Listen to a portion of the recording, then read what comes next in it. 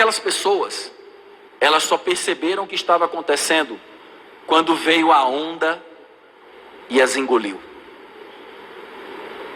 Como é que nós estamos hoje, irmãos?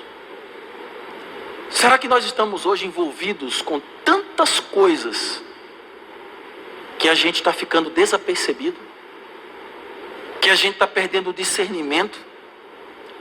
Que a gente não consegue sequer entender a palavra de Deus? Essa geração, e eu estou falando da nossa geração atual, é uma geração marcada por um grave problema. É a geração que nós chamamos de geração do prazer imediato. Alguns cientistas da atualidade chamam de geração dopamina. Não sei se vocês já ouviram falar disso. Mas a dopamina, ele é um neurotransmissor do corpo humano que ele gera prazer. E é o neurotransmissor que mais gera dependência. Por exemplo, é um dos principais neurotransmissores ligados à dependência química. Então, as pessoas dessa geração, elas são dependentes de prazer imediato. Por isso elas fazem as coisas para serem rapidamente recompensadas. Jogos de videogame, futebol, tudo que elas fazem tem um desejo, prazer, receber recompensa. E essas coisas, elas alimentam um sistema no corpo humano que torna elas dependentes disso. Por exemplo, por que tantas pessoas hoje são dependentes de redes sociais?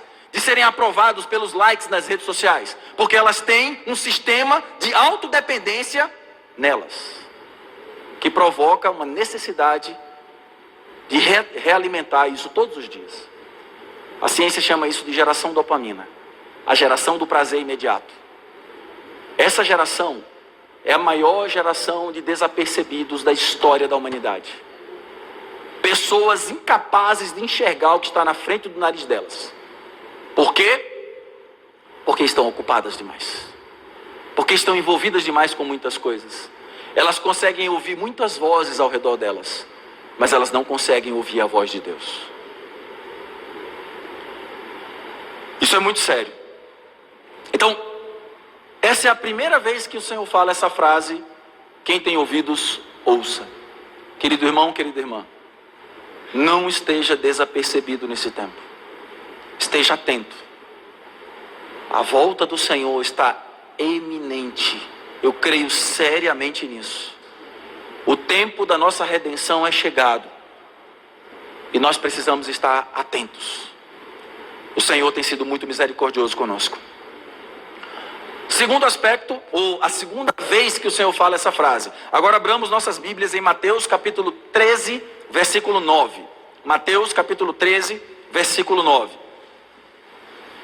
Aqui todos nós conhecemos esse contexto, é a parábola do semeador, tá? Ao concluir a parábola ele fala: quem tem ouvidos, ouça. Só que quando o Senhor vai explicar a parábola, agora eu quero que você vá para o versículo 15, aí o Senhor diz assim, ó: porque o coração desse povo está endurecido, de mau grado ouviram com os ouvidos e fecharam os olhos, para não suceder que vejam com os olhos, ouçam com os ouvidos, entendam com o coração, se convertam e sejam por mim curados.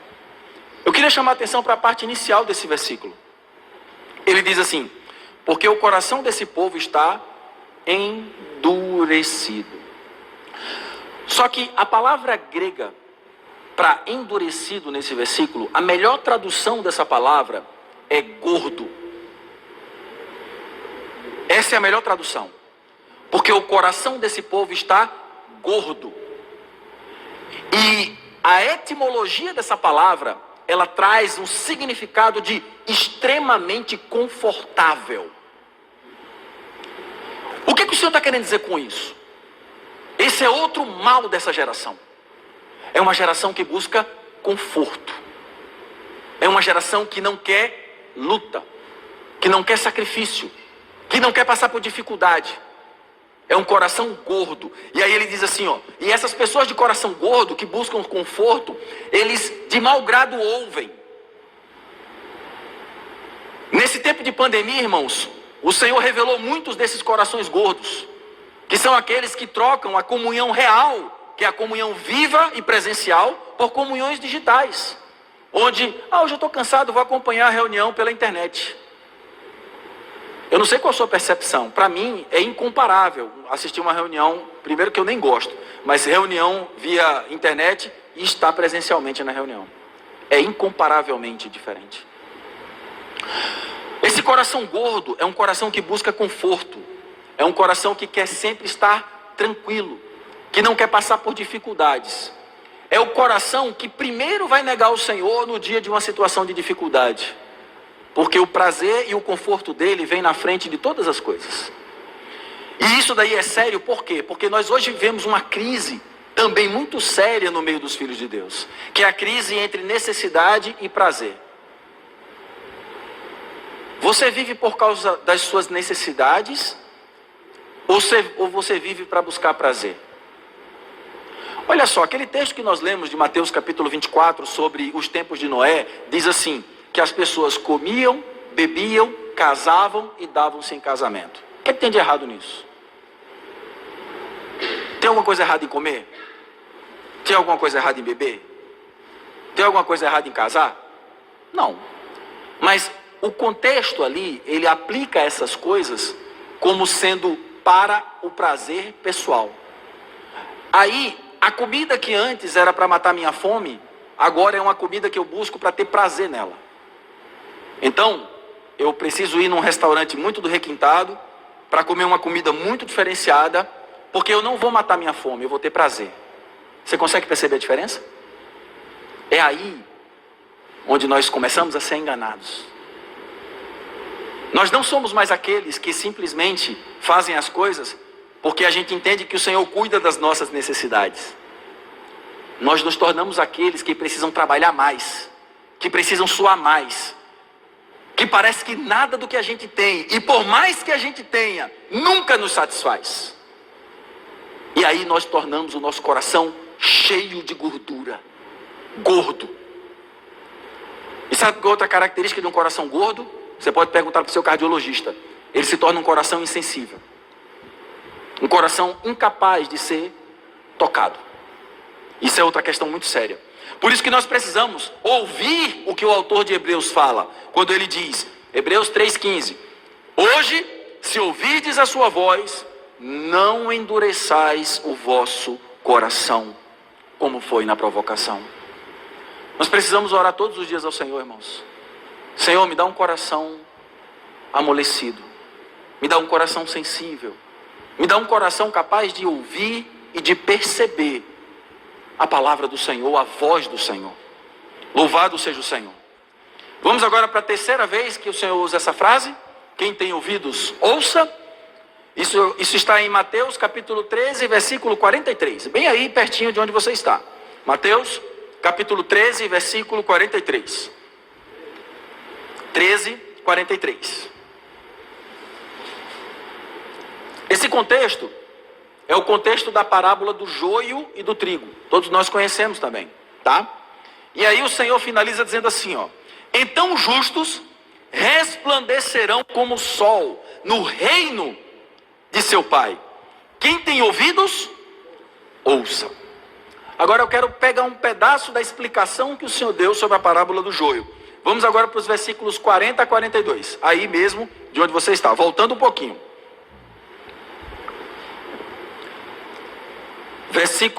Capítulo 13, versículos 40 a 42, diz assim, ó. Pois assim como o joio é colhido e lançado ao fogo, assim será na consumação do século. Mandará o Filho do Homem seus anjos, que ajuntarão, presta atenção nessa frase, que ajuntarão do seu reino. Presta atenção nessa frase. Eles ajuntarão aonde? Do seu reino todos os escândalos, os que praticam iniquidade, e os lançarão na fornalha acesa, ali haverá choro e ranger de dentes. Então a primeira pergunta que a gente precisa responder essa noite é, onde está o joio? O joio está no reino, misturado com o trigo. E quem é o joio? O joio é aquele que vem para a reunião, que gosta do culto, que ouve a palavra, que canta hinos, que faz coisas boas aí fora. Ele só não é convertido. Ele só não tem a vida de Deus.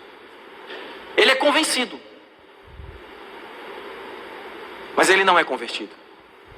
O joio é aquele que, embora ele congregue, os anos passam e a vida dele é a mesma. Ele tem os mesmos problemas, os mesmos pecados, nada avança no seu crescimento espiritual. Pelo contrário. Mas ele é tão parecido que você chega a olhar para ele e dizer assim: não é possível que ele não seja crente. Mas ele não é.